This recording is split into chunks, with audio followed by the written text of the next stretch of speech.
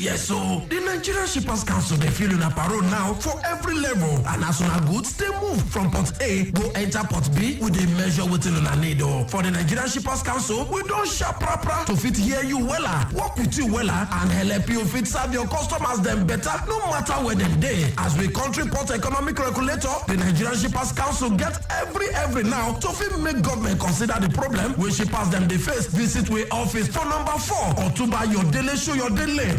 Papa email us for nsc@shipperscouncil.gov.ng. We website now www.shipperscouncil.gov.ng. Allow us on top 0818-888-8895 or 0703-584-6468. Nigerian Shippers Council with a meeting now for the port of Nanir.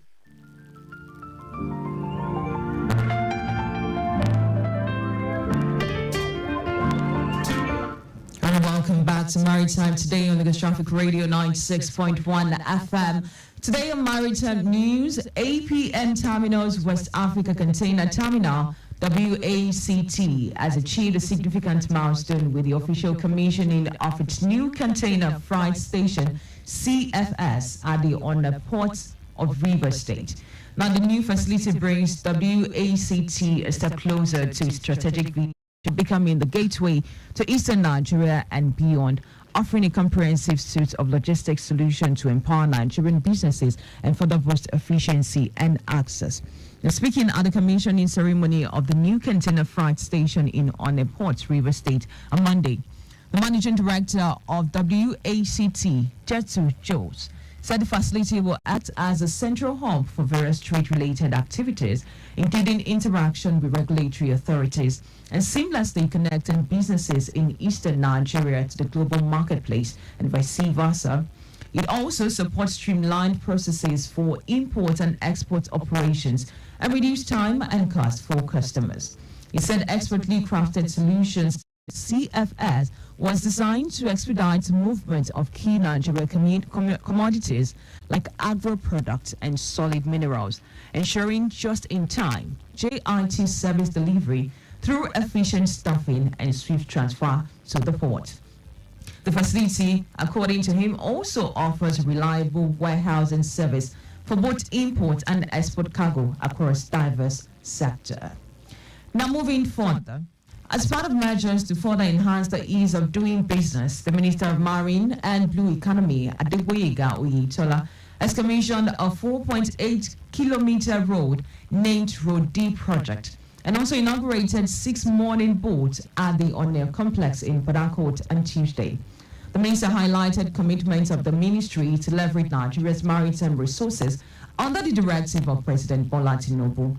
This road infrastructure constructed by the Nigeria Ports Authority, NPA, and the mooring boats we're gathering here to commission today is another testament to the commitment of the Ministry of Marine and Blue Economy under the watch to maximize the entire gamut of opportunities conferred on us by our maritime endowment, in line with the directive of His Excellency President Bola Tinubu. Oyetola reiterated the ministry's commitment to supporting the NPA in addressing factors hindering full utilization of national port assets. And finally, in the news, the U.S. Maritime Administration, MARAD, has advised U.S.-flagged commercial ships navigating through high-risk areas, including the Southern Red Sea and the Straits and Gulf of Aden, as well as the Straits of Hormuz and surrounding waters, to turn off their automatic identification system transporters to reduce the risk of being targeted, especially in areas where the threat from Houthi forces is most significant. MARAD issued the advisory in response to escalating regional conflicts in the Middle East to enhance previous guidelines for U.S.-flagged commercial ships navigating through the high-risk area. The new guidance, which replaces a previous advisory, comes in response to the volatile maritime security in the region from a combination of Houthi attacks from Yemen, the resurgence of Somali piracy, and aggressive action by Iran that affects the international shipping lanes critical to the economy. Now, since November, the Houthi terrorist group have targeted dozens of sheep with perceived affiliations with Israel, the US and the UK in support of Palestinians in Gaza.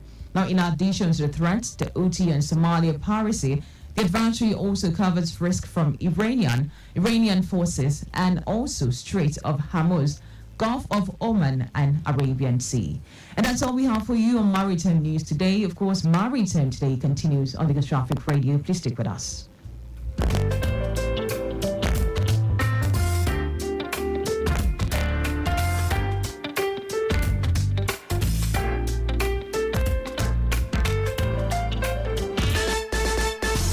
Nigerian shippers cancel day to serve you well.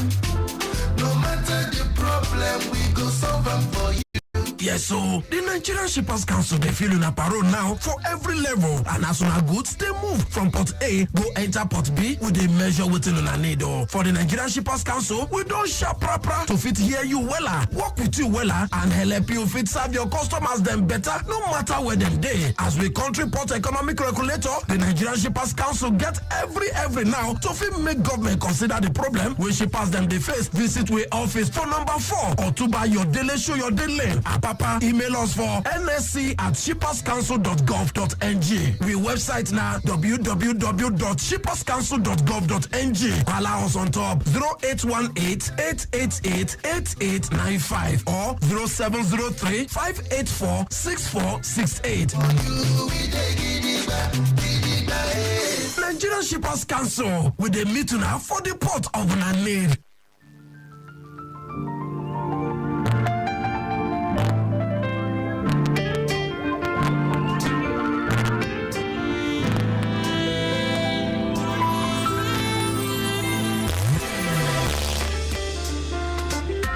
Lagos Traffic Radio 96.1 FM, locating the place of master mariners and shipping services, is the focus of Maritime Today. On today's edition of the program, and our guest is Captain Tajuddin Alao. He is the president, Nigerian Association of Master Mariners, NAMM.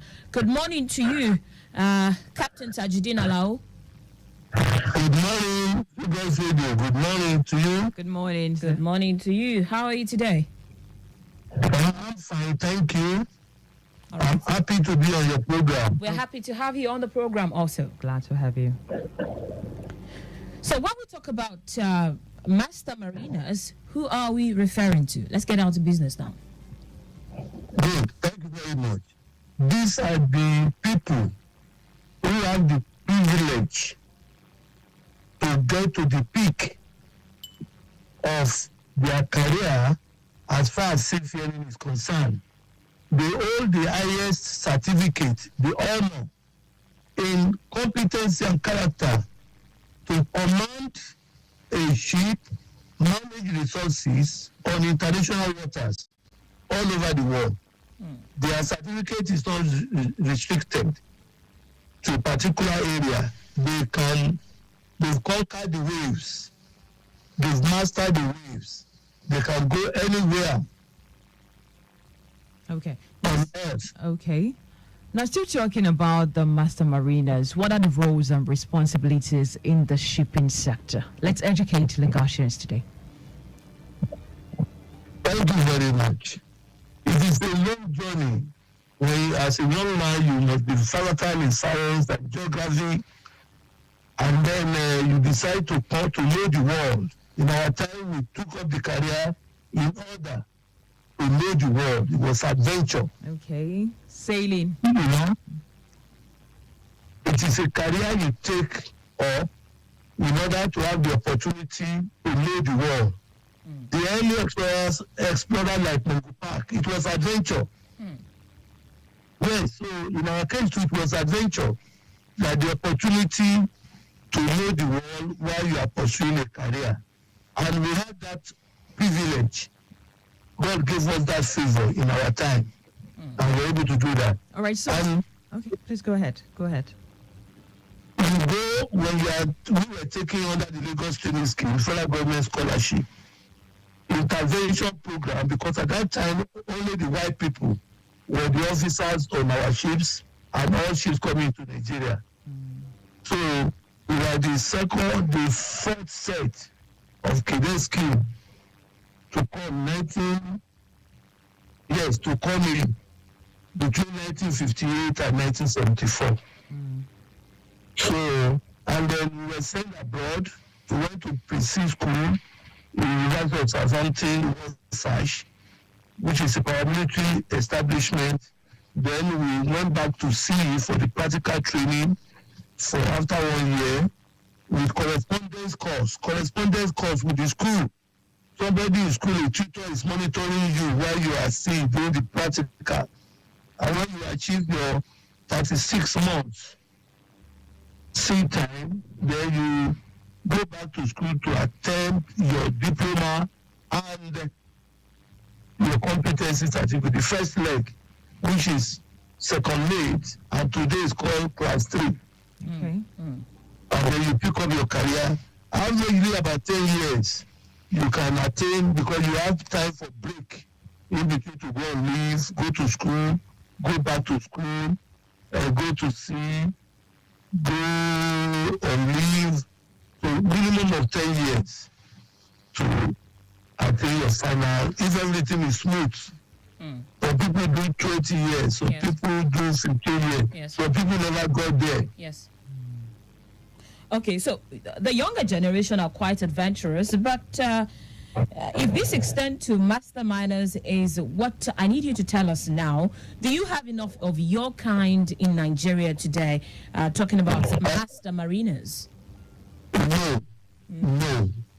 On record, we are less than 200 arrive at a population of 200 million. Wow. And with a coastline of 850 kilometers. Wow. 460, 470 nautical miles. And the fact that the expertise, the knowledge is rooted and is international, because the engagement is not only to drive ship all over the world, what we call sustainable shipping.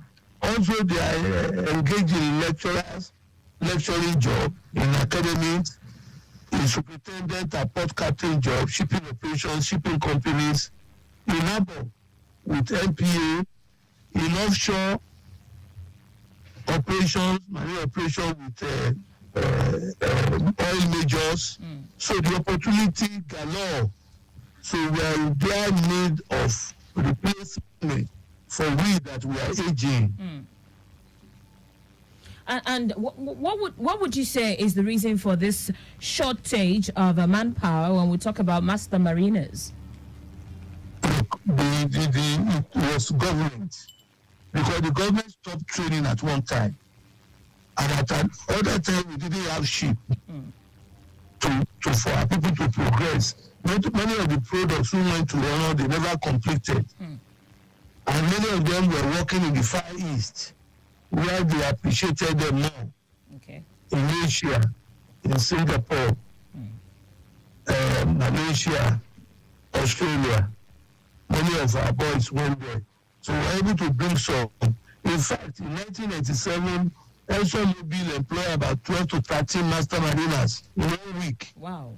Meaning that we had to displace the right people to go. Because the government trained for the industry. So they were there. They are not people you pick over the shelf. You understand now? This is maritime operation. A ship costs so much money, a super tanker. The cargo on board costs so much money, and the damage to the environment if there is any accident. Yes. Enormous money to clean up. So, plus the disruption to economic activities of nations when the raw materials will not reach there in time and safely. So, the government erred before they brought the intervention on NSDP program, which also was overshoot. Okay. All right. Talking about the shortage of manpower, I would want to ask that, can we only blame the government for a shortage of manpower, or the level of awareness that the industry have is not so pronouncing like other industry, talking about being lawyer, doctor, and all? Some people might not have even heard about master mariners. So creating awareness about that industry, do we blame that also on government or those in charge of that industry itself? Look, there was adverts for that opportunity in our time. It was based on quota system. There was competition. Look, in our time, we didn't have a maritime academy in Nigeria. Today we do. But the thing is, when you go through the school, come out, you must have ship to gain your tutelage, your internship. Nobody will entrust a novice with millions of dollars of assets. So the opportunity for those ships that will take you on board, I think there was competition between the white owners and the African owners. Black Star Line was there as well. But all this, they faded away. Okay. If research were done, they will know that the gap will be there, and they will have been. The government was lead. Okay. Because it is capital intensive. Okay. It's like saying that like trade people going to trade people for military. The government must lead, and the other people will join, even though they are using the ex-military for private security now. If the gap was allowed to be there, if they didn't fill the gap, if they didn't train the military personnel, in retirement there will be nobody to do the private support. So the same thing, if the government take the lead, the maritime academy was government, although now we have private, and then there is program to get the people on board for the necessary practical experience, support for them, because many of the private boys could not go back to school to continue in Europe, in Asia. It's only a few people. And today, if we have a young master mariner of about 35, 36, immediately there is employment for them. Immediately. Okay. But it's not easy to cross that order like that. Okay, so still towing that same path now, tell us, who regulates the industry in terms of capacity building and manpower development? Look, it is an international responsibility. It is an international obligation, and it is an international right of a member state. I.e. Nigeria as a nation, maritime nation, Okay. of where the treaty signed in IMO to do that. Okay. All those conventions, IMO, International Maritime Organization, is the smallest United Nations organ. Okay. And the one that covers the largest area of human interface, because if the water covers 75% of the earth. So to put into effect all those conventions, instruments agreed at the General Assembly in London, you go back to your country. So it's the government who must take the lead, and the focal point they have in Nigeria is Ministry of Transport, and Ministry of Transport has the master at the agency in charge of that, putting it to effect, domesticating the IMO Convention, implementing the conventions, and execution and enforcement. Yes. So it is the Nigerian Maritime Administration and Safety Agency and the focal point on behalf of flag, on behalf of Nigeria. Yes.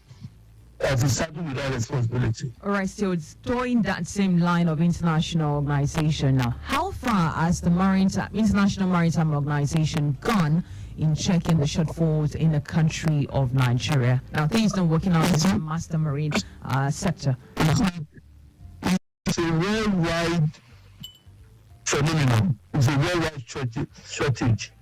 The sea is not attracting young people anymore. Because with technology, IT, ICT, they are even medicine, even law, AI, artificial intelligence, thank you God. robotic engineering, all this. So it is that's why I say the government should be in the forefront. Remember during the COVID-19, the red zone all over the world, even flights could not take off. The ships were moving on the water. Ships were allowed to move. Measures were put in place to control spread of disease. These were being carried out. Otherwise, the whole world will collapse. So, government must still take the lead to fill the gap, educate the people, plan ahead, see where the shortage will be, and how to mitigate against that shortfall. Perhaps maybe the marine world is such an expensive world, but then let's talk about the debt of master mariners. Let's trace it from the onset. How much is required to train a seafarer? Look, it's exactly how much is required to train a medical doctor. You cannot quantify it because it's a commercial life. We can place an estimate. Wow, estimate. Well, I can only maybe guess. Okay. Initial 4 years. Okay. You can, to get the first certification. Yes. After that, it is another ball game to get the second step and to get the final step. You need to be given the platform to work, to have practical experience in order to be able to move further. But conservatively, you need more than $18,000 per annum for each year. Wow. Wow, it's a whole lot. You see that it's even to some at a time for people to on pay a single individual. on a single individual. It's a whole lot. The people were sent to sea who finished from the Philippines, and the government paid over $500,000 to get sea time for them for 18 months or 12 months. So the same thing here. When you go to the school, all the paperwork, the academy is cheaper compared to private institutions. Okay. The private, they are charging something like 500, 600 for a year. Yes. And if you are going to go through that for 3 years, you know what that means, plus other expenses. Being cured. You have to be on the internet to be able to access maritime books, to buy them, they're expensive, just like medical books as well. But the simulator costs over $3.5 million for practical training in school. Okay. All right. It is quite some pressure. And when you now finish, there is no ship ready made to take you. Then you are frustrated. Many of our products from Mono, they are frustrated now. Because there's nowhere to place them. Okay, so let's talk about some of the limiting factors in the achievement of this goal. Aside from the fact that it is expensive, let's talk about some of the limiting factors. These factors are their need of lecturers, because to attract young people are sure to take up the lecturer job. I told it's very challenging. Sure. Because so a young master mariner that goes as a marine master, after getting all the short certifications, is paid a lot of money. You understand, more than $1,000 a day. Yes. You tell me what government job is he going to take on level 12 that he will accept? Though, if I were younger, I would have done the same thing too, go for marine master job. Those who bring the super tankers to berth and take our crude oil away. You understand now? My wife will not allow me to go for anything less, because women wants comfort now. Of course, it's Sure. important. It is quite. You understand now? Yes. So that is. Those who can sacrifice the time and the money, they put that money under 1 year. All right, so Lagos Once they Traffic attain Radio. the highest certification with little experience, All right. they absorb the shore, and that is it. All right. So, and it is a worldwide phenomenon. It's worldwide. It's happening To everywhere. attract people ashore, you need to pay them. So you cannot attract young people. It has to be those who are elderly, who are tired of going all over the world. That you can. But for young people, we have so much money, You have to. between $15,000 to $25,000 a month. Oh my God! Give me 5 years, then I can retire to my village. And say bye-bye to Lagos, right? All right, so Lagos Radio 96.1 FM. Of course, the program you are listening to is Maritime Today. And speaking on the program today is Captain Tajuddin Alao, President, Nigeria Association of Master Mariners. And we're looking at the topic together, locating the place of mariners in shipping services. I've been asking various questions regarding what it takes, how it is locating the place of master mariners in shipping services. My next question for you right now is, what can you say about the capacity building institutions like Man Oron and other institutions saddled with the responsibility of training master mariners? Hello? Captain Tajuddin, are you there? Hello? Yes. Yes, please. Marine training institutions, MTI, it is recognized as an organization related with training of manpower in the marine industry. All right. And there is this international convention on standard of training, certification, and watchkeeping for seafarers. It is an international convention. Nigeria is a signatory to it. So the syllabus, the curriculum is in line with competency attainment for global shipping. Okay. So any maritime academy established must meet up with that standard, because there is another one, IMO instrument implementation. They will use to audit the school as per international requirement to make sure they are doing the right thing. So if they audit the school and the school has a lot of gaps, they give them time to close. They will not recognize the certificates and the product that come out of that place. So it is right, obligation and responsibility on the member state to make sure that all the accredited maritime training institutions meet the standard. Okay, Captain. Maritime Academy Yes. Go on. was neglected for years. Okay. Go on. Was neglected for years, and we were fortunate to have a man, a retired commodore, in the last 4 years who came on board and changed the fortune of that place from third world to first world training institution.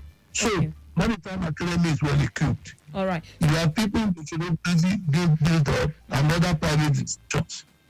So the master mariners, I believe, fall under an agency which oversees the activities of the mariners. So what has been your effort in bringing up? We are advocacy association. Okay. An association that look at the ethics of practitioners. So as an advocacy organization, what has been your effort in bringing up new master mariners? We do mentorship. We are patrons to students from Oceanography, College of Physical and Marine Research. We are moderators of ONDHND and National Certificate in Maritime Academy. We also work with National Board of Technical Education in moderating those tertiary institutions who are accredited to train people. We partake in workshops. We sponsor program like Child to School, Girls Child to School, which is sponsored by Asian Ambassador Lighton Williams. In fact, we give workshops, press conferences, and we contribute to the National Assembly. Okay. papers on amendment to our laws and our acts, and we bear our experience, worldwide experience, to say, look, this is the way it is done, this is the way it should be done, this is the way it will be acceptable to the international community. I'm going to have to cut in there because I have 2 more questions that you need to answer in 30 seconds. And the first is, what can you say about the security today, especially on Nigerian waters? In 30 seconds, please. It has improved because of the effort of the federal government and the master and the Navy. The piracy is reduced. Amazing. The problem of the Gulf of Guinea has abated, yes. Good. And the Gulf of Guinea has been taken care of. Good. No pocket of armed attack, but it's under control. All right, then. So what can you say about the employment opportunities available for cadets? He said once they have the practical experience on board the ship, because the asset. Hello, Captain Alao.